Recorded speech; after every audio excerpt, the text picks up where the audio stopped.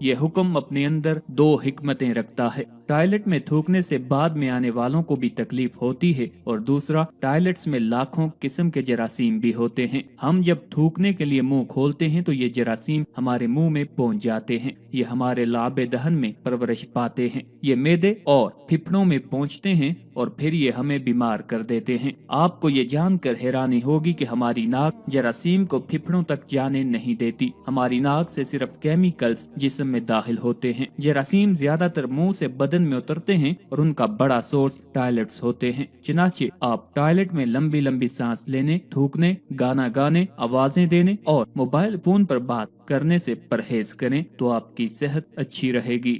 آپ صلی اللہ علیہ وسلم نے فرمایا، لکڑی کے کوئلے سے دانت صاف نہ کرو۔ ہم میں سے بے شمار لوگ کوئلے سے دانت صاف کرتے ہیں۔ کوئلے سے ہمارے دانت وقتی طور پر چمک جاتے ہیں، لیکن یہ بعد ازاں مسوڑے بھی زخمی کر دیتا ہے، دانتوں کی جڑیں بھی ہلا دیتا ہے اور یہ منہ میں بو بھی پیدا کرتا ہے۔ لکڑی کا کوئلہ سیدھا سیدھا کاربن ڈائی آکسائڈ ہوتا ہے، یہ ہائیجینک بھی نہیں ہوتا، چنانچہ رسول اللہ صلی اللہ علیہ وسلم نے اس سے پرہیز کا حکم دیا ہے۔ حضور صلی اللہ علیہ وآلہ وسلم نے فرمایا، ہمیشہ بیٹھ کر کپڑے تبدیل کیا کرو۔ ہم میں سے اکثر لوگ شلوار، پتلون یا پجامہ پہنتے وقت اپنی ٹانگ پھنسا بیٹھتے ہیں اور گر پڑتے ہیں۔ ہم میں سے ہر شخص زندگی میں کبھی نہ کبھی اس صورتحال کا شکار ضرور ہوتا ہے، بالخصوص ہم بڑھاپے میں شلوار یا پتلون بدلتے وقت ضرور گرتے ہیں۔ آپ صلی اللہ علیہ وآلہ وسلم نے شاید اس قسم کے حادثوں سے بچنے کے لیے یہ حکم جاری فرمایا تھا۔ حضور صلی اللہ علیہ وآلہ وسلم نے فرمایا، اپنے دانتوں سے سخت چیز مت توڑا کرو۔ ہم لوگ اکثر بادام، اخروٹ یا نیم پکا گوشت توڑنے کی کوشش میں اپنے دانت تڑوا بیٹھتے ہیں۔ دانت ایکٹیو زندگی کا قیمتی ترین اثاثہ ہیں۔ آپ صلی اللہ علیہ وآلہ وسلم نے شاید اس لیے دانتوں کو سخت چیزوں سے بچانے کا حکم دیا ہے۔ آپ صلی اللہ علیہ وآلہ وسلم نے فرمایا، گرم کھانے کو پھونک سے ٹھنڈا نہ کرو، پنکھا استعمال کر لیا کرو۔ ہم جب گرم کھانے کو پھونک مارتے ہیں تو ہمارے منہ کے بیکٹیریا کھانے کو زہریلا بنا دیتے ہیں۔ یہ حرکت تہذیب اور شائستگی کے منافی بھی ہے۔ آپ صلی اللہ علیہ وآلہ وسلم نے فرمایا، کھاتے ہوئے کھانے کو سونگا نہ کرو۔ کھانے کو سونگنا بد تہذیبی بھی ہوتی ہے اور کھانے کی خوشبو ہماری ناک کے اندر موجود سونگنے کے خلیوں اور پھیپھڑوں کی دیواروں کو بھی زخمی کر دیتی ہے۔ ہمیں چھینک بھی آ سکتی ہے اور چھینک سارے کھانے کو برباد کر سکتی ہے۔ آپ صلی اللہ علیہ وآلہ وسلم نے فرمایا، اپنے کھانے پر اداس نہ ہوا کرو۔ ہم عموماً کھانے کی مقدار اور کوالٹی پر اداس ہو جاتے ہیں۔ ہم ہمیشہ کھانا کھاتے وقت دوسروں کی پلیٹ کی طرف دیکھتے ہیں۔ یہ عادت ہمارے اندر ناشکری پیدا کرتی ہے۔ ہم اگر اپنے کھانے کو اللہ کا رزق سمجھیں، اس پر شکر کریں تو ہمارے اندر برداشت بھی بڑھے گی اور صبر اور شکر کی عادت بھی ڈیولپ ہوگی۔ یہ عادت ہماری زندگی کو بہتر بنا دے گی۔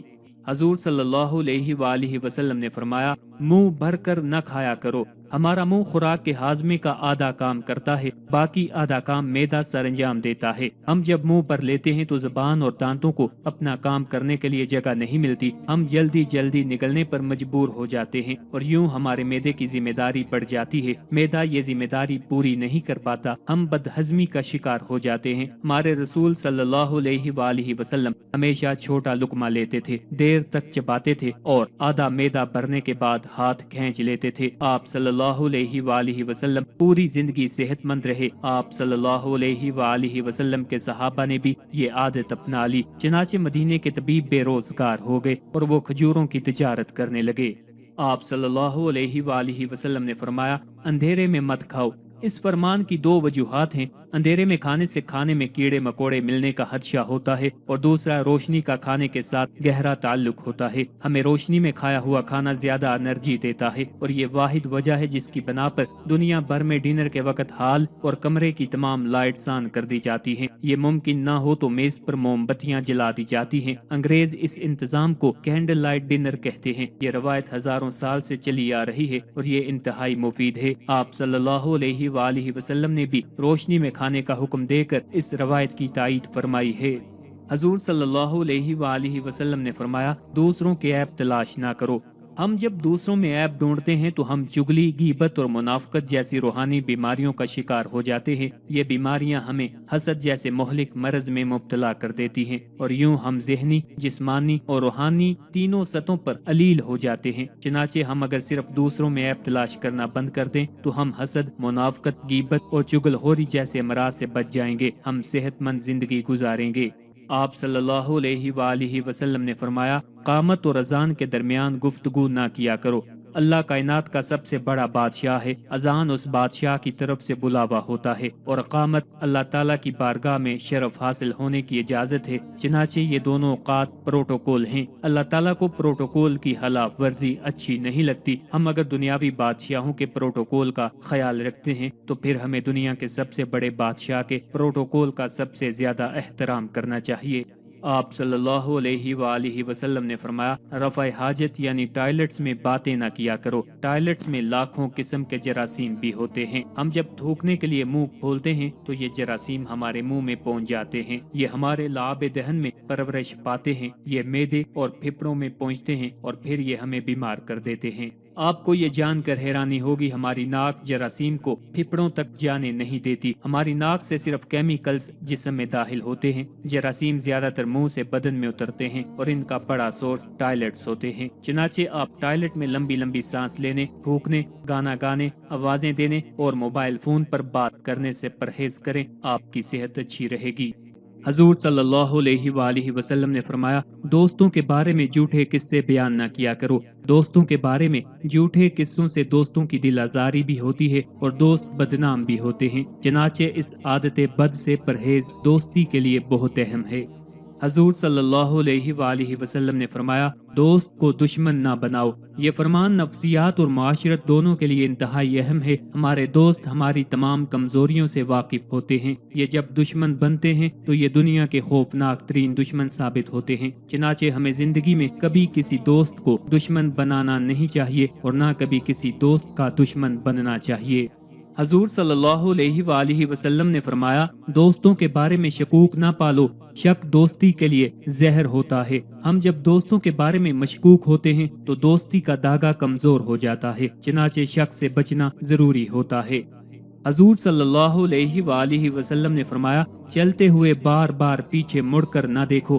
چلتے ہوئے پیچھے مڑ کر دیکھنا ایک نفسیاتی بیماری ہے۔ یہ بیماری خوف زدہ، ڈرے اور سہمے ہوئے لوگوں میں کامن ہے۔ ہم جب چلتے ہوئے پیچھے مڑ کر دیکھتے ہیں تو ہم اس بیماری کا شکار ہوتے چلے جاتے ہیں۔ پیچھے مڑ کر دیکھنے سے ہماری توجہ بھی ہٹ جاتی ہے، ایکسیڈنٹ کا خطرہ بھی پیدا ہو جاتا ہے، ہماری رفتار بھی آدھی رہ جاتی ہے اور ہم بلا وجہ دوسرے لوگوں کو اپنی طرف متوجہ کر لیتے ہیں۔ حضور صلی اللہ علیہ وآلہ وسلم نے فرمایا، ایڑیاں مار کر نہ چلو۔ ایڑیاں مار کر چلنا یا چلنے کے دوران دمک یا آواز پیدا کرنا تکبر کی نشانی ہے اور تکبر مسلمانوں کو سوٹ نہیں کرتا۔ ہمارے پاؤں کا ہمارے دماغ کے ساتھ بھی گہرا تعلق ہوتا ہے۔ ایڑیاں مارنے سے ہمارے دماغ کی نسیں ہل جاتی ہیں، ہم دماغی لحاظ سے کمزور ہوتے جاتے ہیں۔ آپ کو ایڑیاں مار کر چلنے والے جلد یا بدیر دماغی امراض کی ادویات کھاتے ملیں گے۔ حضور صلی اللہ علیہ وآلہ وسلم نے فرمایا، کسی کے بارے میں جھوٹ نہ بولو۔ جھوٹ دنیا کی سب سے بڑی معاشرتی برائی اور گناہوں کی ماں ہے۔ ہم اگر صرف جھوٹ بند کر دیں تو معاشرہ ہزاروں برائیوں سے پاک ہو جاتا ہے۔ حضور صلی اللہ علیہ وآلہ وسلم نے فرمایا، ٹھہر کر صاف بولا کرو تاکہ دوسرے پوری طرح سمجھ جائیں۔ جھوٹ کے بعد غلط فہمی معاشرے کی سب سے بڑی برائی ہے۔ ہم جب گفتگو میں واضح نہیں ہوتے تو غلط فہمیاں پیدا ہوتی ہیں اور یہ غلط فہمیاں معاشرتی بگاڑ کا باعث بنتی ہیں۔ چنانچہ ہم جب بھی بولیں بلند، واضح اور صاف بولیں۔ حضور صلی اللہ علیہ وآلہ وسلم نے فرمایا، اکیلے سفر نہ کیا کرو۔ یہ فرمان بھی حکمت سے بھرپور ہے۔ اکیلا آدمی خوف زدہ بھی رہتا ہے، پریشان بھی، اور یہ عموماً حادثوں کا شکار بھی ہو جاتا ہے۔ تحقیق سے ثابت ہوا ہے، سفر کے دوران اکیلے آدمی زیادہ لٹتے ہیں، زیادہ جلدی بیمار ہوتے ہیں اور یہ زیادہ غلط فیصلے کرتے ہیں۔ چنانچہ جب بھی سفر کریں ایک یا دو لوگوں کو ساتھ شامل رکھیں، بالخصوص عورت کو کبھی اکیلے سفر نہ کرنے دیں۔ حضور صلی اللہ علیہ وآلہ وسلم نے فرمایا،